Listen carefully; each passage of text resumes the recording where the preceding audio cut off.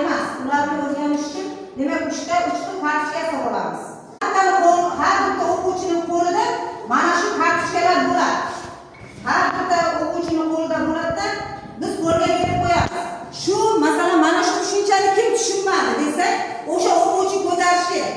U bilmaydi, u masalan Behzod bilmaydi. Bu bilmaydi nima tushunmaganini. Uyalmasdan ko'taradi, aytmaydi, ham vaqtni olib, vaqtni tejaymiz, ham ularni qaysi o'quvchi masalan sinfda necha foiz o'zlashtirdi, mana shu jumla yoki mana shu mulohazani tushundi, bilib olamiz. Har bitta teorema yoki aksiomani tushuntirganda, isbotini ko'rgandan keyin har bitta tushunchani o'quvchilar qanday o'zlashtirganligini mana shu kartochkalar orqali bilib olsak bo'ladi. Biz foydalanardik testlardan. Endi bular o'sha dars jarayonida tushuntirishda ham xuddi shu usuldan foydalanardik.